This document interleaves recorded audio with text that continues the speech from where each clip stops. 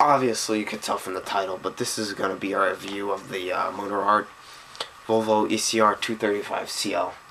This model is right here in 1/50th scale. This was released, it was sometime around June 2009, which will surprise many people because not that many people have this, but I'm pretty sure I got it in, it was May or June 2009. You could get this from, I think the only people that do sell it at the time, there may be some other private sellers, but DHS Diecast has this for around, pretty sure it's 93 bucks. Anyway, before I get into this review, I just want to let everyone know, I did switch the bucket. This is the original bucket. It's a 6-tooth bucket. I switched it with a 5-tooth just for digging in harder rock applications. So I just want to throw that out there. Main functions of this machine is the boom raises. You could curl your stick in, you could curl it out. You could move your bucket, curl the bucket. It spins a full 360. It is a little loose. That's another one of my complaints, but and your blade over here is movable. Doors open.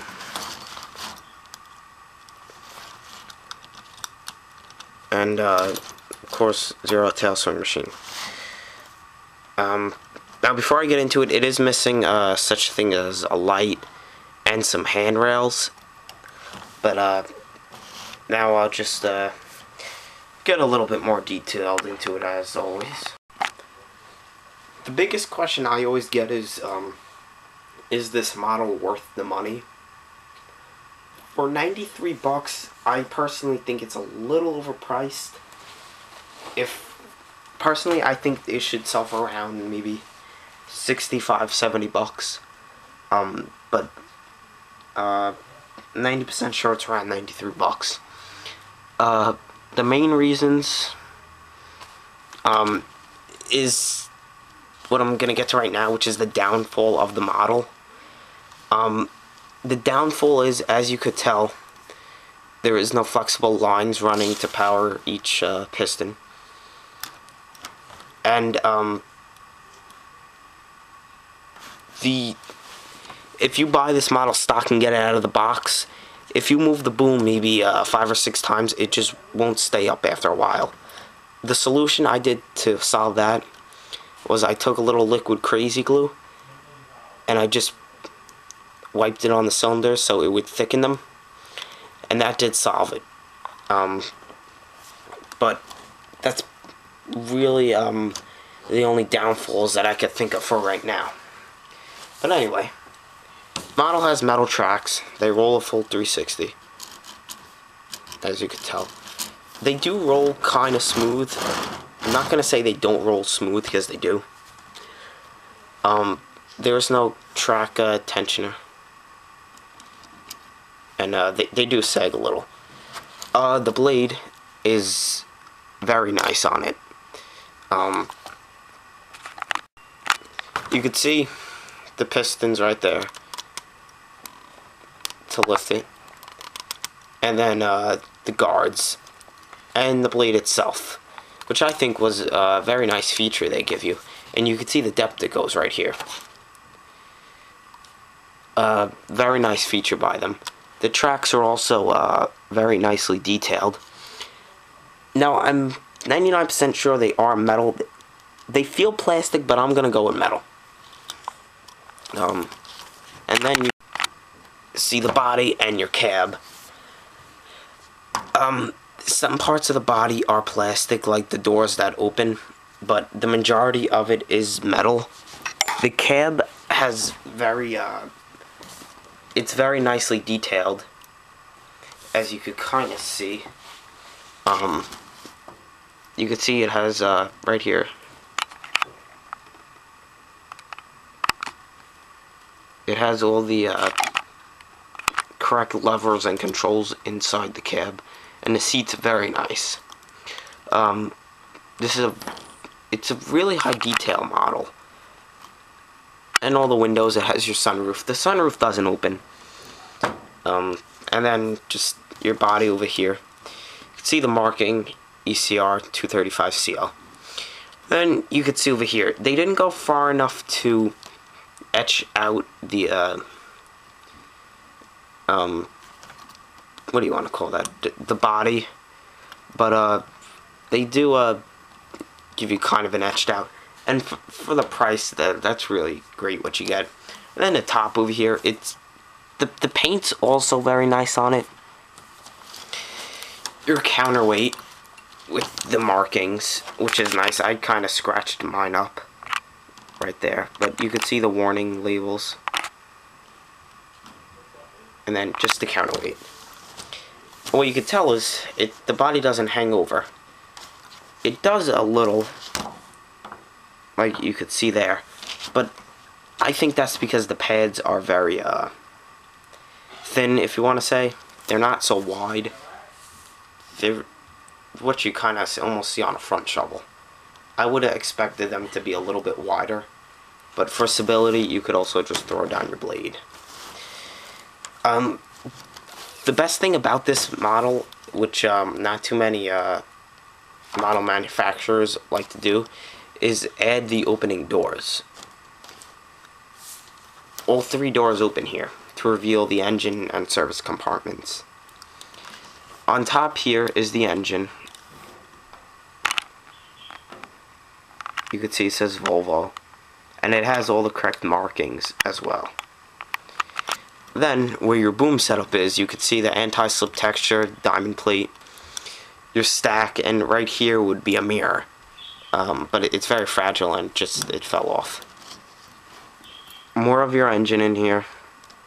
That door is plastic. And then this looks like a grease system in here, maybe a central lube or some type of fittings. And here's your walkway to get up. This railing right here is plastic as well. And the steps do have a texture.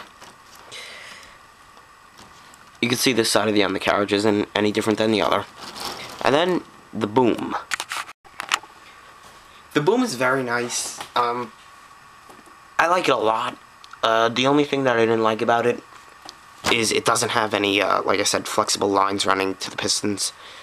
And if you buy the model stock, it really won't hold up the boom, especially with it curled out like that. But what you can see, what they did was they added the lines. The ones that run up the boom are rubber. They were not casted in. So if you have to take them off, you can, but I wouldn't really recommend it. You can see a lot of people are going to say, you know, where's the working lights for the boom? A lot of people underestimate their knowledge on this, and working lights are optional. So, not every real machine has them, although, you know, most buyers will buy them. You can see this side of the boom. Volvo right there. A warning label on top of the stick. And then, of course, your stick over here. I am missing a dog bone on the other side, as you could tell over here.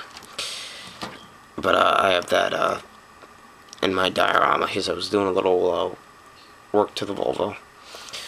But then the bucket that comes with the model is this bucket right here. It's a 6-tooth bucket, very, very large bucket for the machine. I really like how they gave you a nice sized bucket for it. Right there you could kind of get an idea of what it looks like. But I personally added the smaller bucket. The bucket looks to be like it has a quick coupler, but it actually doesn't. Just to throw that also out there, it does have a added lifting eye that you can drill a hole through that you can add some chains to, but they actually didn't add a quick coupler, although a lot of people think that they did. Now, can curl in very far, and the great thing about it is the bucket comes back very far as well. it also goes on pretty far, and you have wear guards. It's kind of hard to see. Well, like you could see on the stick right there, those, it's so, if it's working in rock or anything that bangs up against a stick, wear against that first. Now for the stability of the model, if you throw the blade down, it will not tip. As you could tell, it obviously won't tip like this.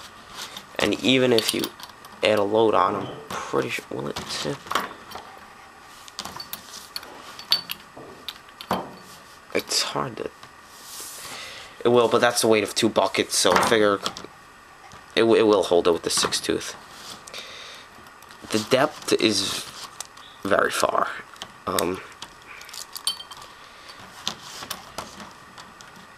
It's pretty decent, as you could tell right here. That's a pretty decent depth.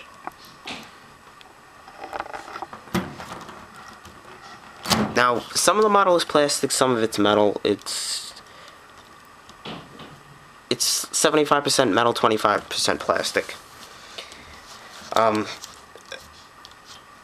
I got it because it's zero tail swing, and there really isn't that many zero tail swing models out on the market right now. The price of it's pricey, but it's worth it. Once you get it, after a month you have it, I like it a lot. The packaging is just, it's not styrene, it's actually just plastic molded, 2-part actual like plastic that they mold into it. But this model really isn't popular. Not that many people have it, so I guess that's why I had a lot of requests to do this. But you could buy it from DHS Diecast. I know they have it. This is made by Motor Art, and it's in 1/50th scale. And if you're looking for a walk around of this machine, Rabbit Smeller 400 has it, and you could also use the walk around just to compare the model. But there it is.